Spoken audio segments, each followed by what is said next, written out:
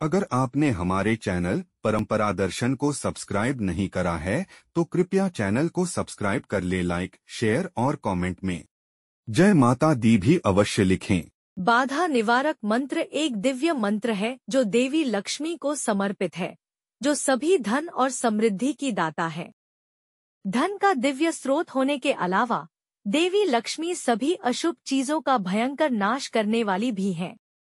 बाधा निवारक मंत्र के माध्यम से जब कर्ता और श्रोता अपने भीतर और आसपास की सबसे चुनौतीपूर्ण बाधाओं पर काबू पाने के लिए उनकी शक्ति की तलाश करते हैं। सर्व बाधा विनिर्मुक्तो धन धान्य सुतान्विता मनुष्यो मत प्रसादेन भविष्यति न संशय।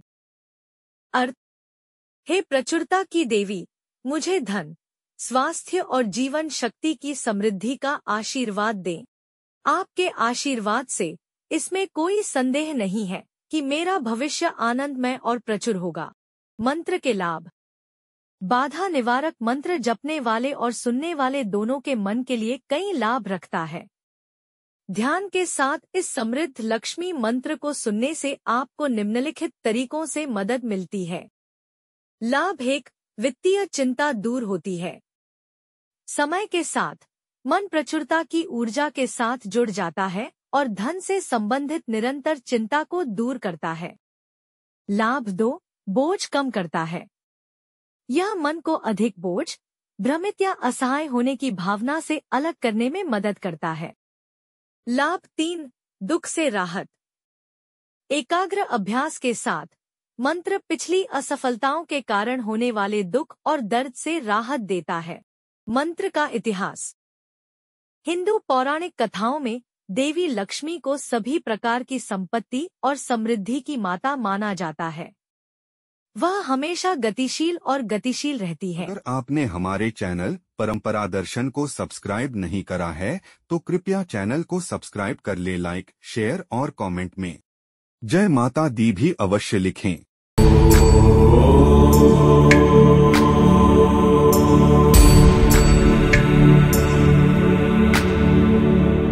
सर्वबाधा विनिर्मुक्तो धन धान्य सुतान्विता मनुष्यो मत प्रसादेन भविष्यति न संशय।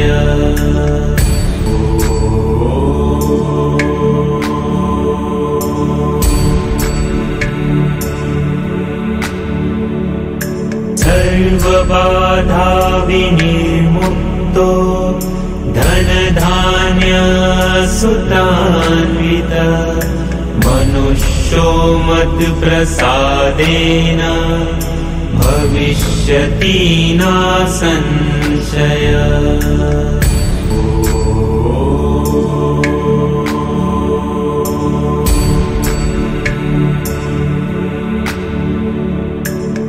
सर्वबाधा विनिर्मुक्तो धन धान्य सुतान्विता मनुष्यो मत प्रसादेन भविष्यति न संशय।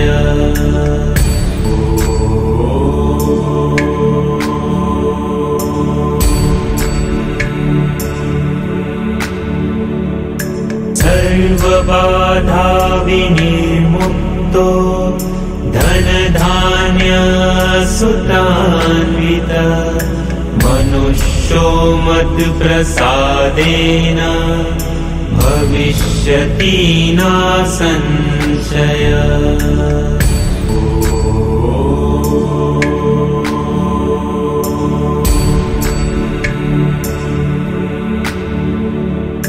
सर्वबाधा विनिर्मुक्तो धन धान्य सुतान्विता मनुष्यो मत प्रसादेन भविष्यति न संशय।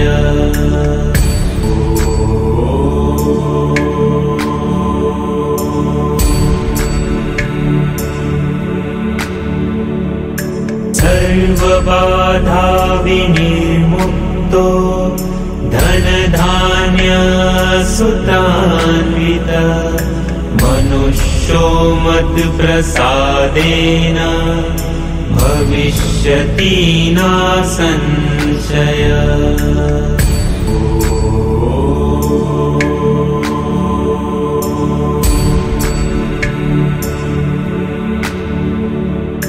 सर्वबाधा विनिर्मुक्तो धनधान्य सुतान्वितः मनुष्यो मत्प्रसादेन भविष्यति न संशयः।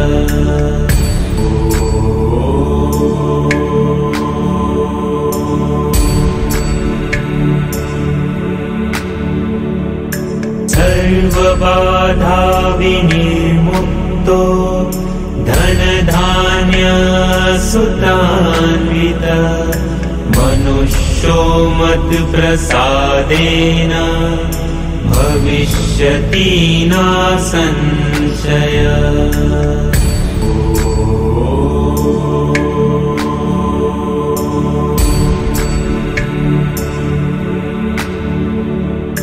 सर्वबाधा विनिर्मुक्तो धनधान्य सुतान्वितः मनुष्यो मत्प्रसादेन भविष्यति न संशयः।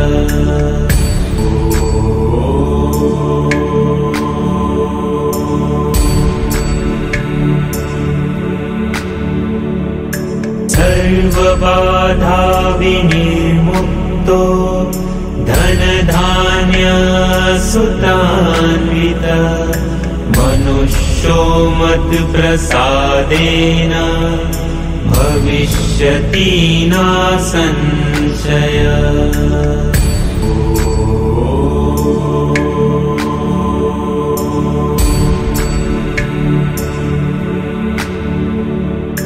सर्वबाधा विनिर्मुक्तो धनधान्य सुतान्वितः मनुष्यो मत्प्रसादेन भविष्यति न संशयः।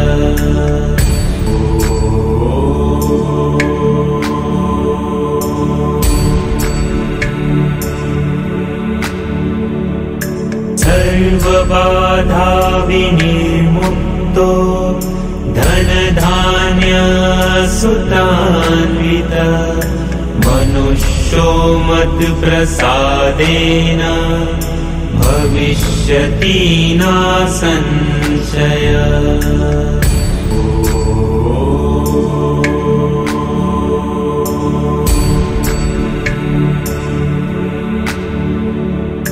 सर्वबाधा विनिर्मुक्तो धनधान्य सुतान्वितः मनुष्यो मत्प्रसादेन भविष्यति न संशयः।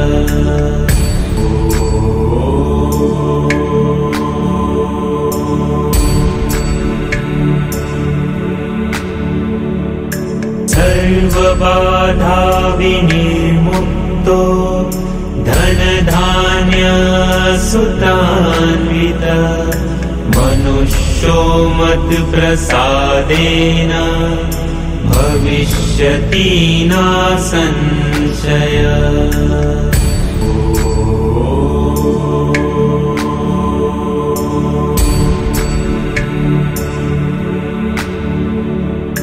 सर्वबाधा विनिर्मुक्तो धनधान्य सुतान्वितः मनुष्यो मत्प्रसादेन भविष्यति न संशयः।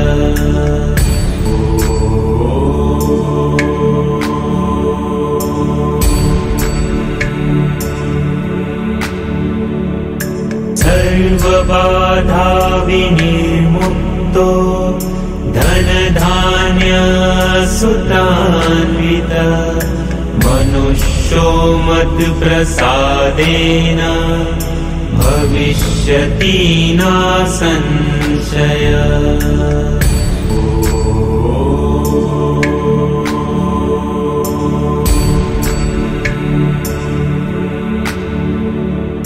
सर्वबाधा विनिर्मुक्तो धनधान्य सुतान्वितः मनुष्यो मत्प्रसादेन भविष्यति न संशयः।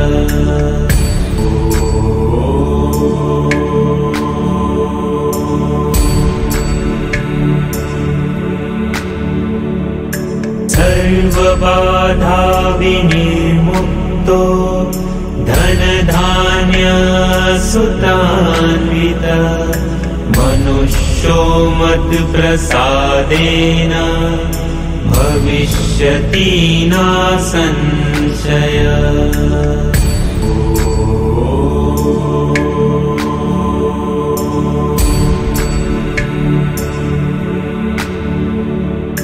सर्वबाधा विनिर्मुक्तो धनधान्य सुतान्वितः मनुष्यो मत्प्रसादेन भविष्यति न संशयः।